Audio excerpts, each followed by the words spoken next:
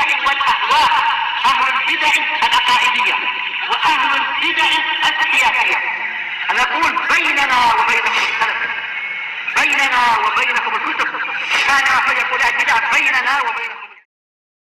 Bismillahirrahmanirrahim.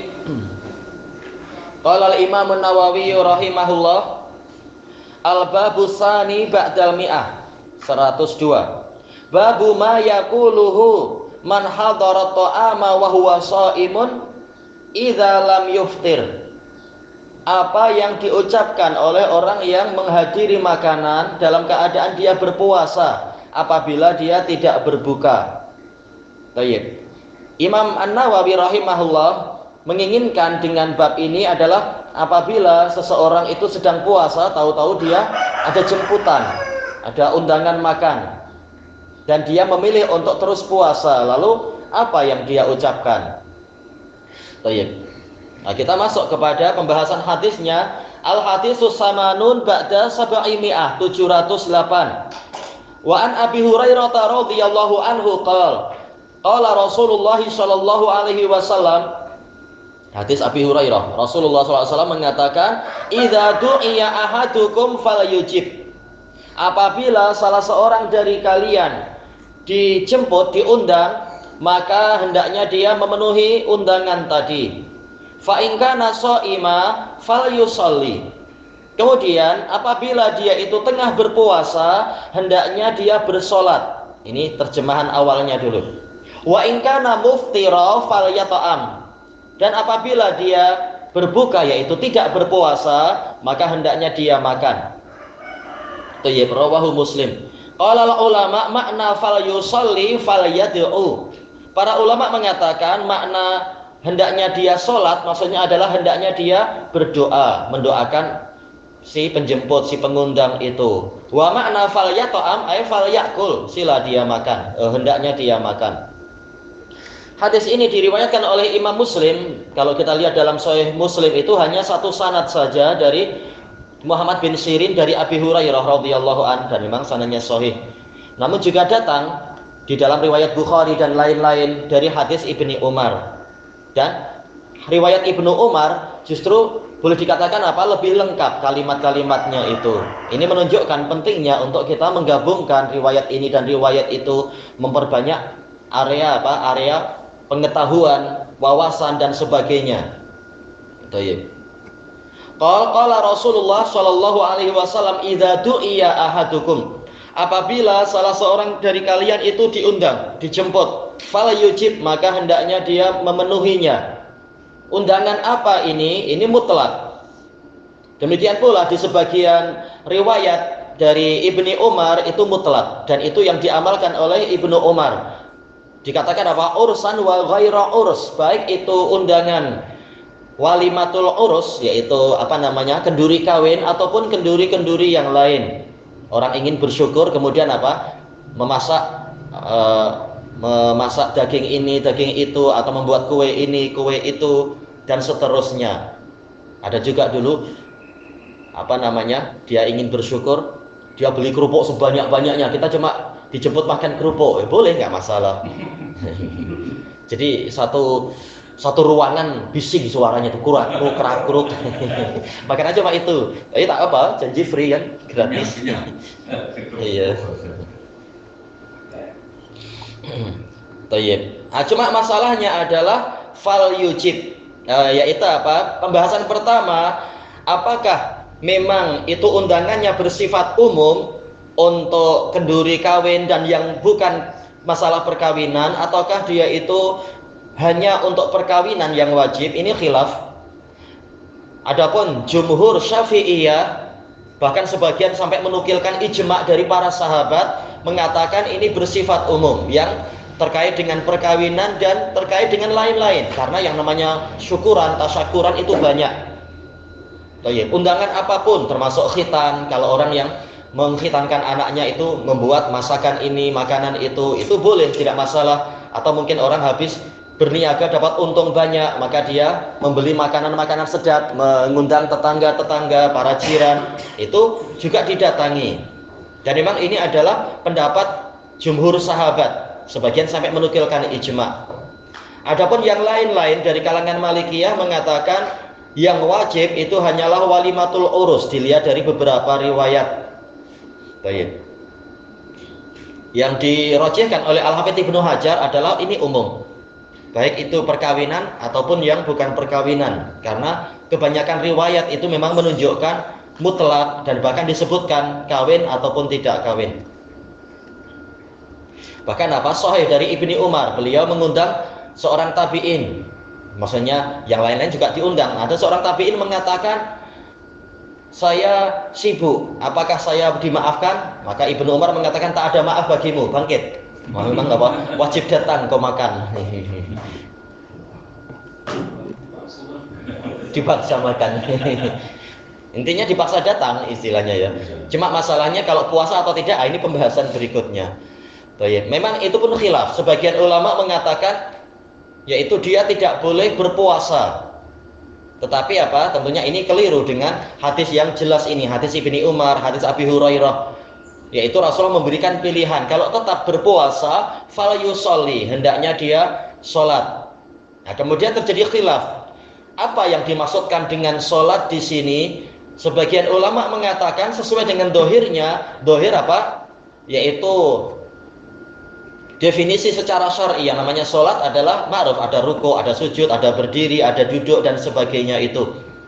Lalu bagaimana di tempat walimah malah sholat? Maksudnya kata mereka adalah untuk keberkahan bagi keluarga tersebut.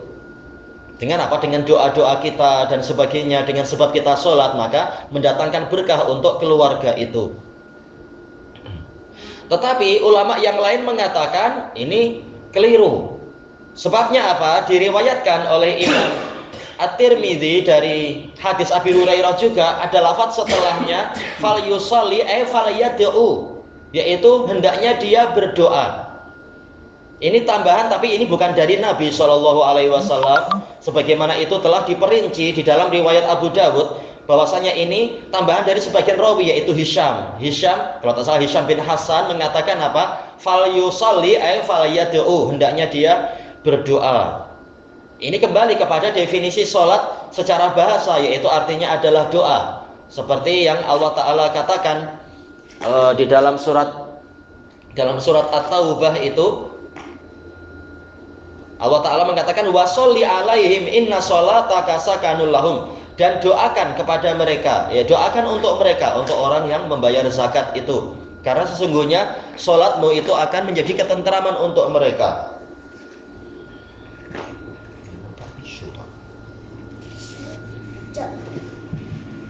Pak ya keluar kemana-mana tak apa.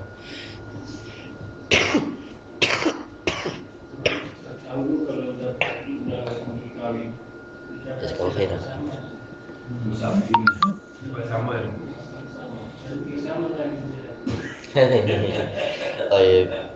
makan sama jadi wajib. Sebagian ulama mengatakan bahwasanya sholat di sini artinya adalah doa, karena berdasarkan riwayat tadi yang dalam riwayat Tirmidzi dengan Abu Dawud. Tapi ini bukan kepada Rasulullah, ini adalah kepada para tabi'in yang menafsirkan itu, dan itu adalah tafsir yang benar. Makna sholat di sini adalah yaitu mendoakan.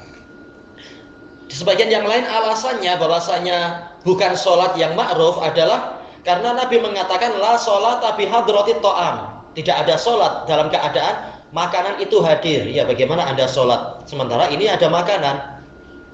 Hanya saja Al-Hafidz Ibnu Hajar mengatakan boleh jadi riwayat tadi dan riwayatnya sahihah ma'rufah, tidak ada sholat dalam keadaan makanan sudah ada. Ini untuk orang yang berpuasa, orang yang memang sudah bertekad berpuasa, maka memang dia tidak akan, insya Allah tidak akan tergoda dengan makanan itu. Sama saja dia sedang sholat atau tidak sedang sholat. Yang penting jangan di depan mata kita takbir ada sedikit resepi, ya ini godaan besar tentunya. Mahal, jarang-jarang lagi. Nah, itu kadang di Yaman memang sering godaan itu. Kita sedang puasa, biasanya namanya bujang senang puasa. Tahu-tahu ada jemputan, kita kenapa nggak hari kemarin atau jemput? Kemarin nggak puasa kami. Yang lain mengatakan boleh tak nanti jemputannya setelah maghrib aja. tunggu buka. Ya, pandai-pandai diadjust waktunya. Kemudian ini yang pertama, yaitu apabila dia tetap memilih puasa, maka dia diwajibkan datang, hanya saja datang untuk menggembirakan orang yang menjemput, orang yang mengundang. Setelah itu apa? Maka sila dia berdoa apabila dia tidak membatalkan puasanya itu. Wa in kana muftira, apabila dia tidak sedang berpuasa fal yata'am, maka perintahnya adalah makan, karena undangannya memang undangan makan. Untuk apa sampai di sana Anda tak puasa tapi juga Anda tak mau makan? Ini jelas pemilik rumah akan bersedih hati. Nanti boleh jadi kembalinya kepada hadis yang sebelum-sebelumnya itu. Disangka apa? Oh, ini jangan-jangan makanannya tak sedap. Kalau tidak dimakan memang tidak mencela makanan, tetapi apa? Orangnya tak mau makan karena boleh jadi makanannya tidak disukai. Nanti tuan rumah malah bersedih hati. Makanya kalau sampai di sana makan, apa yang ada dimakan. Baik, sesuai dengan adabnya tentunya. Baik. Adapun syarah-syarah yang lain intinya sama, pembahasannya terkait dengan masalah itu. Dari hadis ini kita mendapatkan faidah tentang wajibnya memenuhi hak kaum muslimin, yaitu di antara hak mereka apa? Idza da'aka fa'ajiblah, sebagaimana dalam riwayat yang lain, hadis Abi Hurairah juga, apabila dia mengundangmu maka penuhilah undangan itu. Kecuali apabila ada faktor-faktor yang menyebabkan dia itu membatalkan hak dia itu sendiri, sebagaimana sebagian sahabat tatkala diundang Ibnu Umar untuk jemputan yang paling besar, yaitu apa? Jemputan walimatul urus. Yarhamukallah. Kalau tak salah sahabatnya siapa waktu itu? Ubay bin Ka'ab. Karena ada beberapa riwayat. Tatkala Ubay bin Ka'ab melihat bahwasanya ternyata rumahnya dihias-hias dinding-dindingnya itu, maka beliau pun balik kembali. Setelah itu beliau dikejar oleh Ibnu Umar, meminta udzur, ini idea para wanita jadi rumah. Maka Ubay bin Ka'ab mengatakan, kau diri sudah tahu Rasulullah SAW melarang untuk menghias dinding dengan apa? Ditutup kertas ini, kain itu dan sebagainya. Kemudian Ubay bin Ka'ab mengatakan, kalaupun laki-laki kalah dengan perempuan, saya tak sangka engkau pun juga kalah. Ibnu Umar paling kuat kan memegang sunnah terkenalnya. Ya biasa namanya kadang kita naik turun.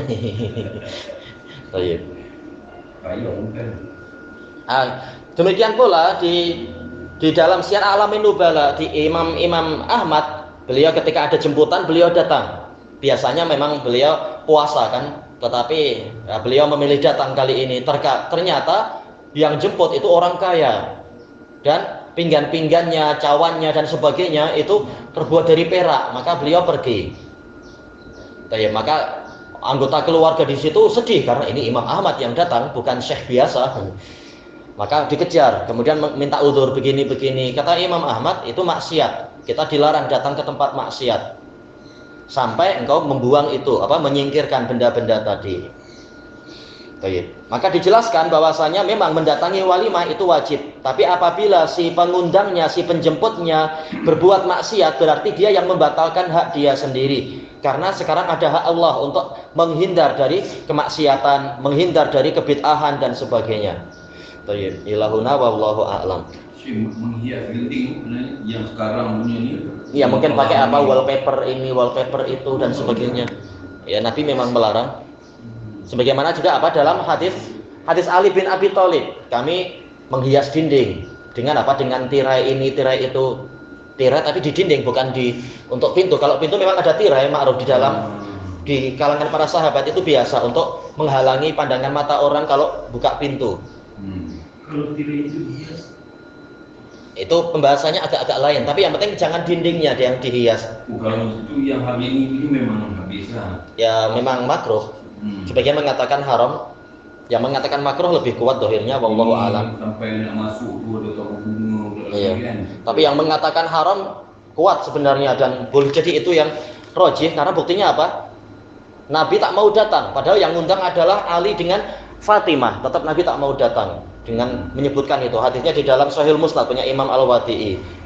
Maka dohirnya memang lebih kuat bahwasanya itu haram. Padahal Nabi ini anaknya sendiri, padahal itu Ali yang undang juga. Nabi tetap tak mau. Setelah melihat itu, wallahu a'lam.